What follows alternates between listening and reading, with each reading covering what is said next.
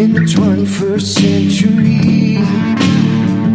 Hard-working people working hard for you and me. Moving higher, time and time again. Through the years you'll find us here. Moving higher. Hello and welcome to Moving Iron Podcast Markets with Chip Nellinger. Chip is with Blue Reef Agri-Marketing out of Morton, Illinois, and this edition of the Moving Iron Podcast is brought to you by Dawson Tire and Wheel, your premier tire and wheel provider in North America, helping people grow. Chip, it's been a little bit, man. How you been?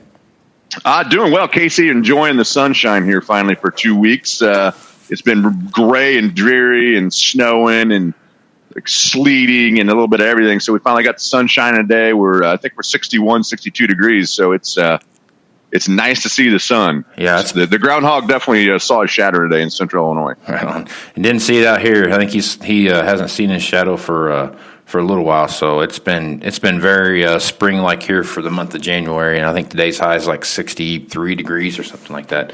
This morning when I went to church, it was 55 degrees. So this is abnormally warm, but sooner or later we're going to get that kick in the face like we always get late in February or early March. So looking forward to that fun time.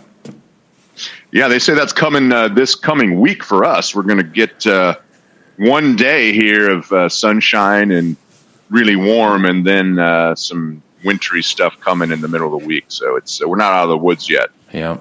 Well, speaking not out of the woods yet, man, I tell you, these markets, for all the trade deals that we've been anticipating here, this China Phase 1 deal and the USMCA deal and the stuff we got done with Japan and kind of heading towards a somewhat of a negotiation with Europe, man, the markets are really getting kicked around by this coronavirus deal, and there's the hogs especially have taken a beating on this. So talk about that a little bit, what you see happening there.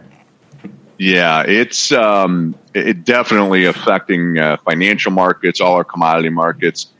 A lot of people are a little bit frustrated and confused by that. On the one hand, there's the argument, the common flu kills more people in a year in the United States and across the world than this has. But I think a couple things. I think the actions of the Chinese government right now, quarantining, massive cities, can't leave, can't get in or out, and kind of the assumption that they're probably not telling the whole truth on this thing. The information they do let out is bad enough as it is. And so as far as the grain and livestock markets go, there's that fear that, is this going to be the excuse that they need to not follow through with the Phase 1 trade deal? So, and then just the uncertainty of how long is it going to be before they get this thing under control? How much is it going to spread? Is it going to affect growth? I mean, it's, you keep 50, 100 million people indoors and not going out to eat to stores, not consuming. It's definitely logical why the stock market fears, the Chinese financial slowdown that maybe could kind of spread across the world. So, a lot of uncertainty, and no market likes uncertainty. And we really have beaten these markets up pretty badly. As you mentioned, the hog market is just getting kicked in the teeth. And, a couple things going there. Number one, fundamentally, we have a big supply of pork, and we've increased the hog herd incessantly for several years, just, an upward trajectory of growth in hogs. So we're putting out big supply. And it's a little frustrating, too, because we have seen some okay export sales on the pork side, and China has been there. It just hasn't been in that big earth-shattering big number that the market wants to see. And, they bought a few beans, but again, we just haven't seen that the key be turned, I guess, on that big buying program, this Phase 1 trade deal. Now they are coming out of their New Year's holiday, their Lunar New Year, and so come Monday, they're back in the office, so some of it's maybe the market getting a little ahead of itself because this trade deal doesn't really take in a full effect until I believe the 14th of February. Right. And so the hope is here in these 2 weeks between now and that time, mid-February, that they're going to start issuing some import licenses and reducing the duties, the tariff import duties. And once you see that, if you see that, I think that'll add some stability to the markets. But, the big fear here for this later this afternoon, I guess probably about 2 hours from about 5 Central, is when the financial markets open and some of the Asian markets open. And there's a big fear now because those financial markets in China have been closed for their holiday. What that's going to mean when they come back? Is there going to be a big crash? Some of the headlines I saw, the Chinese government's kind of banning sales, of stocks domestically. They're throwing a ton, like $20-some billion of liquidity at their financial markets. So it's a real deal. It's a problem. It's not under control yet, and it's likely still going to affect things here. But, the take home to me is China said all along, even ahead of the phase 1 trade signing here a month ago, that we're going to buy it. We're going to buy what we need when we need it, according to what the market dictates. And if they're waiting to buy things cheaper, they've had a blue light special sale on now. You've got taken $14 out of the hog market in like 7 days. You've taken 60 cents plus out of the bean market in 2 weeks. Cattle are well off their highs. Cotton is way off the highs. So, will they see this as a buying opportunity? If they are going to be following through on the phase 1 and buying, I would think that they're going to be doing it pretty quickly and use this break as an opportunity to get some coverage made. Yeah, you would think so. I mean, just as the way the markets have been, we had that run up, and now everything's kind of chipped away a little bit, and that's the other thing I wanted to talk to you about too, is just the sheer intraday volatility. I mean, some of these swings we're seeing just from inside the day are pretty wide. You'll start out one day where you might be even in the morning, and then you might be down 5 and rally back up to being even again by the end of the day. So it's just there's some big, huge swings that we're seeing there. And again, like you said, if the Chinese are waiting for a good time to go buy, or anybody for that matter, you got to believe that we're setting some options there for guys to come up and buy some exports from us. Yeah, I would think so as well. And, that volatility, I'd like to see it. I don't like it that it's in a down market here, but you kind of, you're spot on. We've seen a big increase in intraday volatility. That's a good thing. It gives you opportunities. We're not going to stay down here, forever. No matter what it is, I don't care if it's cotton, pork, beef, poultry, corn, beans. The day they buy something from the United States as part of this trade deal, I think it just goes a long way at stabilizing all our, commodity markets, all our ag markets, and probably putting a nice bounce in. But it's just, when are we going to see that? I think we're getting closer and closer on that. And this volatility gives you, it gives you opportunities. Even in a down market, we push this thing much more. You're going to be in a position where, on some previous sales that you made, you can probably look at buying some call options for some sort of a snapback or kind of some courage calls. Seasonally, February usually is a pretty good time for corn and beans. Last few years we put nice rallies in February, the first 2 to 3 weeks of February. So I think there's still going to be opportunities in here, but boy, it's just been pretty one-sided. Huge fun selling in everything just because of the risk-off mentality kind of tied to the financial markets and this coronavirus. It's particularly the last 2 days, Thursday and Friday of last week, that also coincided with the last 2 days of a month. And a lot of times the funds kind of use those last 2 or 3 days or the first 2 or 3 days of a new month to position on things. And they really were hitting the sell button hard on Thursday and Friday last week. They were definitely doing that.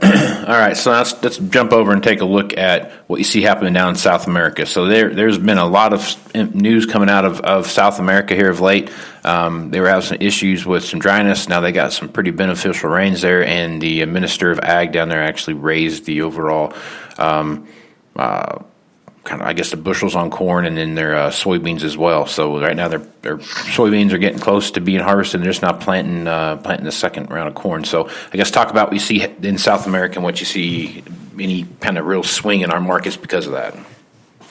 Well, that's the other thing that's been hitting the bean market. If you look at everything, beans of the grain side, beans have been hit the hardest relative. Corn really, yeah, they hit corn, but corn's only like 12, 13 cents off of the recent highs. Beans are going on 60 cents.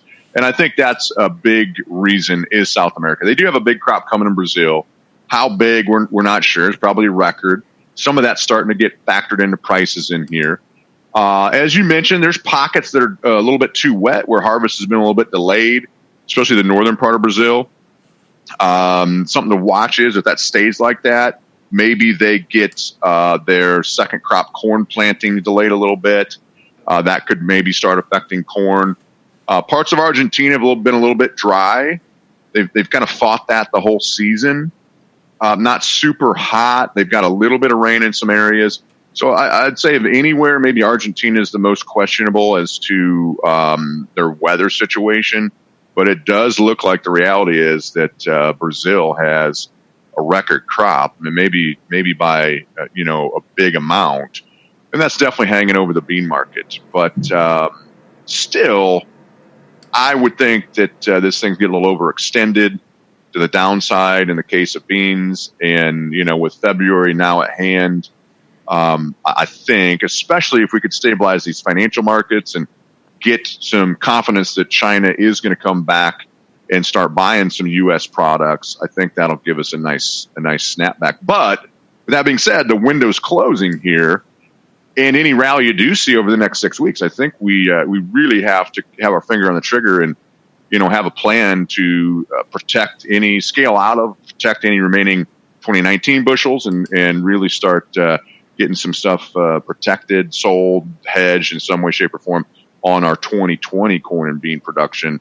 And kind of play defense this year. Just shows you, man, we can raise big crops even in adverse weather, and then all the financial uncertainty, political, this coronavirus. Now they have avian flu. They found that over the weekend, so they've culled like 20-some thousand birds in that area where they found that. They just can't win for losing in China with the disease issues. So, there's just point being, there is a lot of risk there. It's not just relegated to the markets, the grain markets or the livestock markets themselves. There's all these outside factors that can really play havoc in our markets too.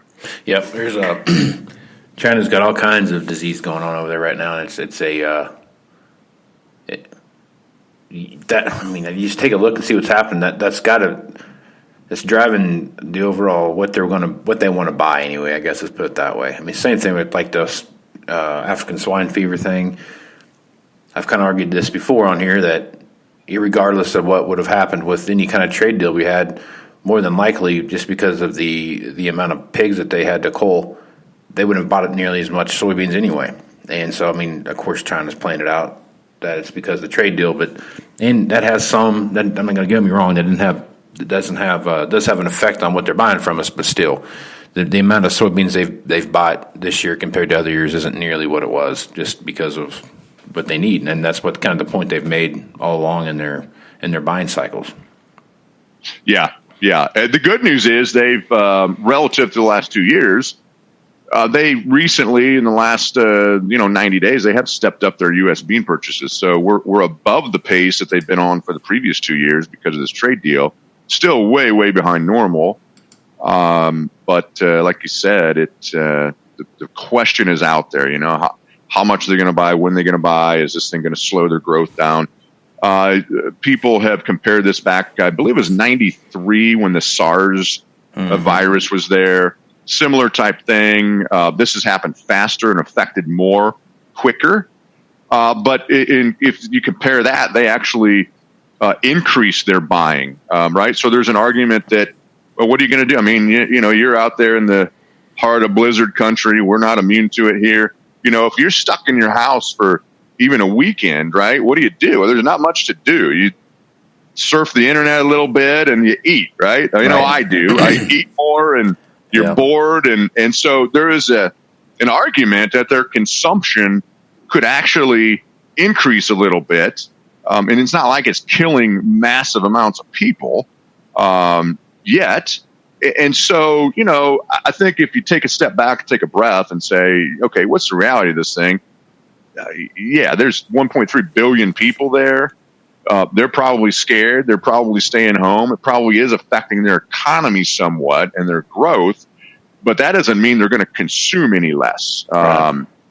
And so, hopefully sometime in February, we'll see them come to the table. And I think if they do, like I said, on anything, I don't care what the product is. If it doesn't even have to be ag-related. If they start purchasing stuff that was in this phase one trade deal, it's going to go a long way. It might not stop the stock market from sliding, but boy, it'll go a long way towards putting a bottom in our ag commodity markets and probably a nice bounce on top of that. Yep. So the other thing that's come out here in the last couple weeks, for all the news that was coming out of Russia and the whole Black Sea area, Ukraine, with all the, we're way off, or our supplies are down, we don't have the storage out there we thought we did, and everything else.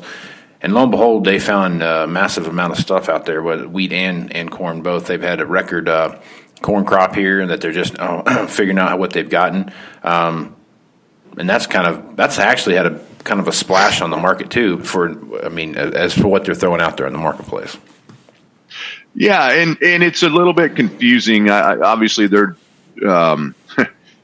communism. The fall of communism was a long time ago, but it doesn't seem like they're a lot more efficient than they used to be. So it takes them a while. It's hard to get news out of there and accurate production figures. Now, the one thing that's a little weird on the wheat side is their cash wheat prices continue to stay pretty firm.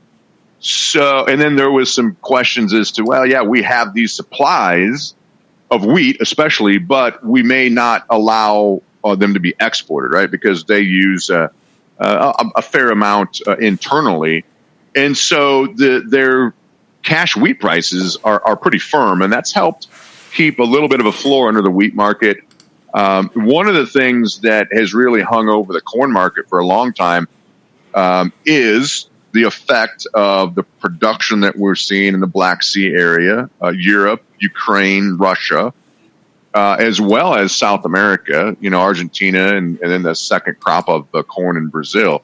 They've had big crops the last couple of years, and that's really added to the world supply. With all that being said, on the corn side, we're still, for the time being, still the cheapest by far source in the world. And our exports have quietly been better than they have been in a long time, the last 5 or 6 weeks. It's just been overshadowed by this whole coronavirus thing and this washout in the financial markets and spilled over into our commodity markets. So kind of a mixed bag there. We're definitely fighting a big supply in the world of corn and beans both. But, I think on the corn side, at least for several more weeks here, we've, maybe could pick up some business. And let's hope that, some of that's Chinese business. They need corn. We're the cheapest in the world. Why not start picking away at some of it? So that would, I think, give us a nice bounce. But that's why I mentioned earlier, on rallies, you got to be defensive, right? Because it's not just about us, and there's a big supply in the world of everything, beans and corn especially. Wheat's been pretty bullish, but higher prices, wheat's the first to see the effect of higher prices because you grow wheat, every 3 months you're harvesting a crop on every continent in the world. Right. And a dollar plus rally is going to bring more acres into production. So it happens quick in wheat. And, We just have to, in my opinion, you have to play defense. And there's tools out there to let you kind of have it both ways, protect the bottom side and still be able to take advantage of a rally. And I just think the next 12 months, you got to be really, really defensive minded. Yeah. Yeah, there's a lot of stuff going on out there, Chip. And just all the stuff we laid out here with the way the markets are and the volatility that we're seeing there. Like you said on here a million times, volatility is a good thing because it lets you make some money here and there or, hedge some things back and forth. But a lot of stuff going on, a lot of planning is in effect right now for what the 2020 season is going to look like. So if folks want to reach out to you, ask you some questions about what you got going on or how you can help them, what's the best way for them to do that? Yeah, best way is just give us a call, 309-550-7213.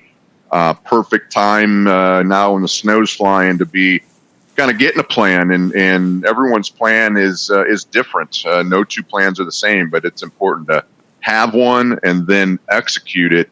And now's the time to be thinking about that right now as these markets are going to give us opportunities. We just got to have a plan to react when they do. That's right. All right, Chip. Hey, it was good talking with you. I'm Casey Seymour with Moving Iron Podcast. Be sure to check my podcast out on any platform you can find a podcast at. Also, check me out on Facebook, Twitter, Instagram at Moving Iron LLC, and also check out the Global Ag Network. And special thanks to Dawson Tire and Wheel for sponsoring this podcast. So, for Chip Nellinger, I'm Casey Seymour. Let's go move some iron, folks. Out. Moving iron in the 21st century. Hard-working people working hard for you and me. Moving iron, time and time again. Through the years you'll find us here.